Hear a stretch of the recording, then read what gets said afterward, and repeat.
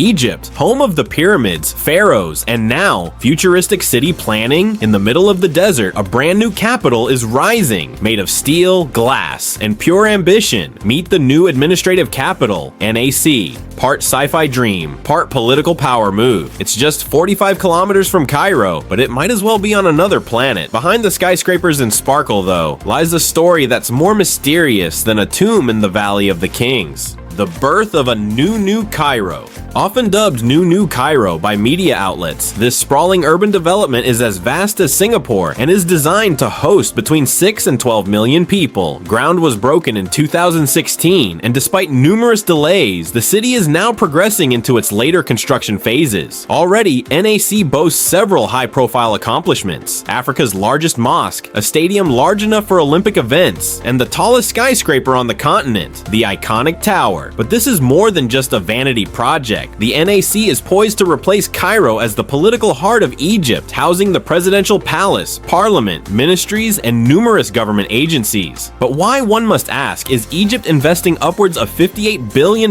into a new capital when Cairo still pulsates as the nation's cultural and political center? The vision behind the venture. The NAC is a centerpiece of President Abdel Fattah el-Sisi's Egypt Vision 2030, a national strategy focused on economic reform, sustainable development, and enhancing quality of life. With Cairo bursting at the seams, currently home to over 23 million residents, the capital suffers from dire overcrowding, housing shortages, and severe pollution. Urban infrastructure in Cairo has long failed to keep pace with its rapid population growth. Around 60% of Egyptians live either below or just above the poverty line, and millions inhabit informal housing in precarious conditions, facing threats of collapse or eviction at any moment. The city's infamous traffic congestion contributes heavily to Egypt's air pollution, with road transportation alone responsible for a third of its emissions. Furthermore, Egypt has had to absorb hundreds of thousands of refugees, particularly from war-torn Sudan, pushing housing prices even higher and making accommodation unattainable for many. Theoretically, building satellite cities like NAC is meant to alleviate the pressure on Cairo, decentralize administrative power, and improve living conditions. But history tells us this may not be as straightforward as it sounds. Deja vu, Egypt's history of desert cities. If building cities in the desert were an Olympic sport, Egypt would already have a gold medal, but not necessarily for success. For over 40 years, the government has dreamed up grand urban escapes from Cairo's chaos.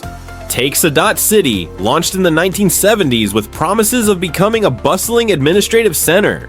Today, it's a sleepy town of under 100,000 residents, a far cry from its original vision. Then there's Sheikh Zayed City, which quickly morphed into a posh gated bubble for the ultra-wealthy, not a sanctuary for struggling families. Many of these solutions to Cairo's overcrowding have ended up as ghost towns or luxury playgrounds for Egypt's elite. The question is, what's stopping NAC from following the same dusty trail? Officials promise this time is different, but the past has a habit of repeating itself. Can a shiny skyline alone solve deeply rooted social and economic issues? Or is the NAC just another mirage, shimmering with hope but vanishing up close? A city by design and design flaws. NAC's urban planning is revealing. The western part closer to Cairo is designated primarily for residential and commercial use. But as you move eastward, things change dramatically. The city's governmental and presidential zones are tucked far away, separated from residential areas by 16-lane highways, hardly a gesture of accessibility or inclusion. And then there's the Octagon, a colossal military complex set to serve as the new headquarters for Egypt's Ministry of Defense. Located close to the Olympic City and within the government district, the Octagon mirrors the Pentagon in the US and symbolizes a deeper message, centralizing not just governance, but military might. With over 6,000 surveillance cameras planned across the city and limited walkability, critics say NAC isn't being designed for the average citizen, but for total control.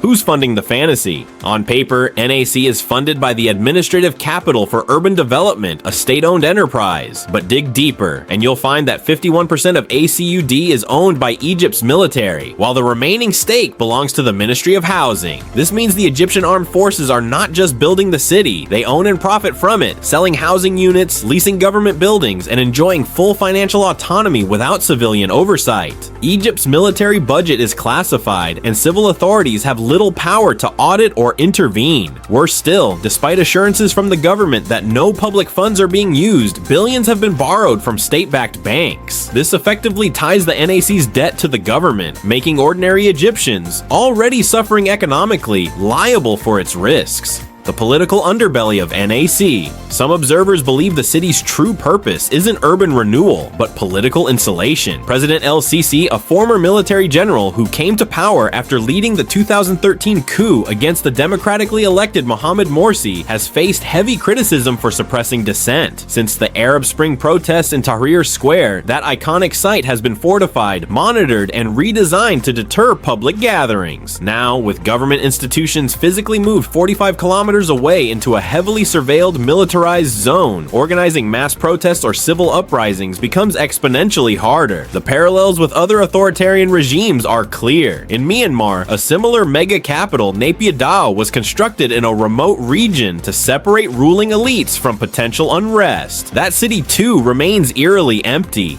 Can Egypt afford this? President 𝐿-𝐶𝐶 insists the city's being paid for through land sales, not public funds, but the math doesn't quite add up. With Egypt's GDP per capita around $3,000 and NAC apartments starting at $50,000, most Egyptians would need a miracle or a winning lottery ticket to move in. The Egyptian pound has taken a beating, inflation is on a relentless rise, and the nation's foreign reserves are running on fumes. Meanwhile, flashy towers and presidential palaces are rising, while millions still live in informal slums with crumbling walls and no running water. The NAC flaunts luxury but fails to shelter the many Egyptians stuck in poverty. It's like building a golden lifeboat while the rest of the ship sinks. Critics warn the city is shaping up to be an exclusive playground for the elite, not a solution for the masses. And with state-guaranteed loans tied to the project, taxpayers could still end up footing the bill, whether they live there or not. In the end, Egypt may be gambling its future on a city too rich for its own people.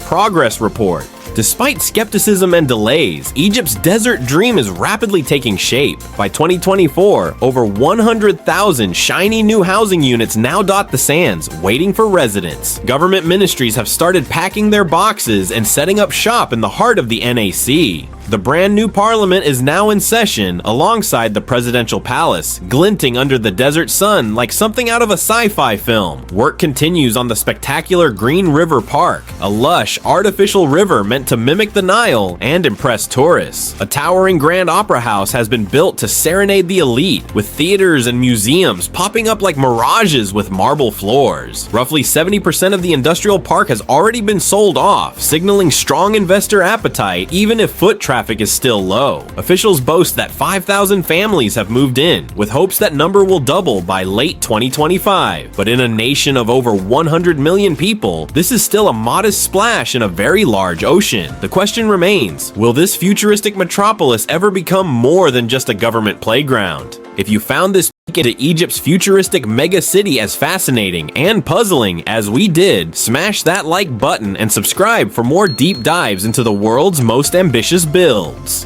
Got thoughts on the NAC? Drop them in the comments. We're all ears. And hey, don't forget to hit the bell icon so you never miss a story that's stranger than fiction.